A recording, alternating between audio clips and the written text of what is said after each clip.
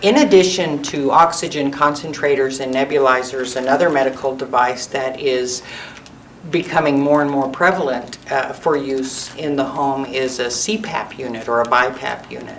CPAP stands for continuous positive airway pressure, and many people in the past associated CPAP therapy with sleep apnea.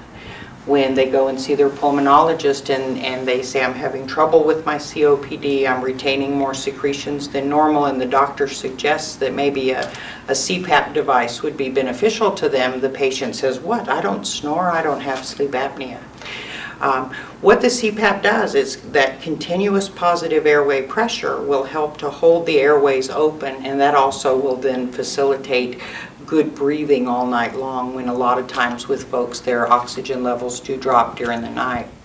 Again, when your home care company delivers the device to you, they will spend the time to explain to you how it works and the safety that you can use for it. What I'll do now is just in general terms talk about how you can maintain the equipment to help it last as long as possible, and you can get the maximum benefit out of it.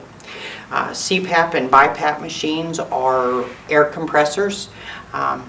They take the air, room air, compress it, and then deliver it to you at whatever pressure the physician has prescribed.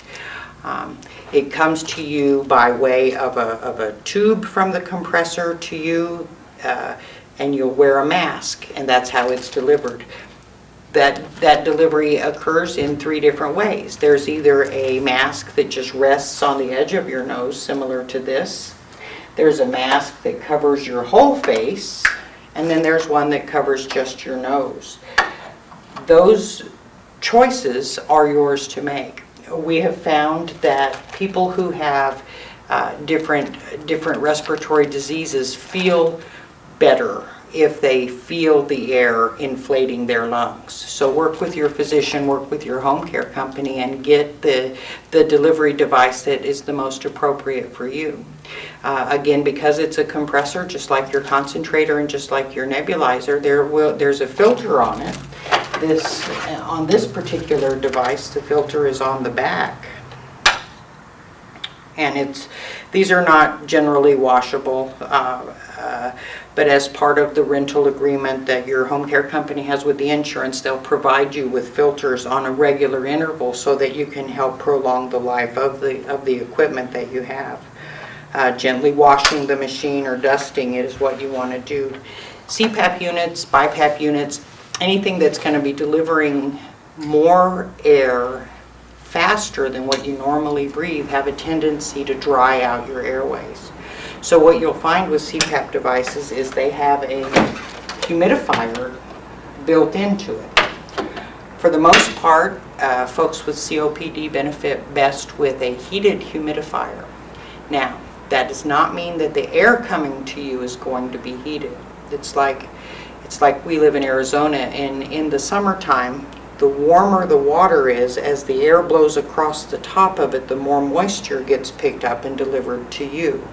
So if you're at home and if you have a CPAP device and if you have dryness in your nose or dryness in the back of your throat, look at your machine, see if you can adjust the temperature setting to increase it to give you more moisture, or contact your home care provider and let them know what's going on.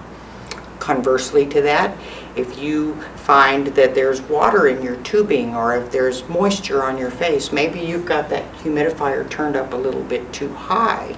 It's picking up too much moisture for the ambient air and giving it to you.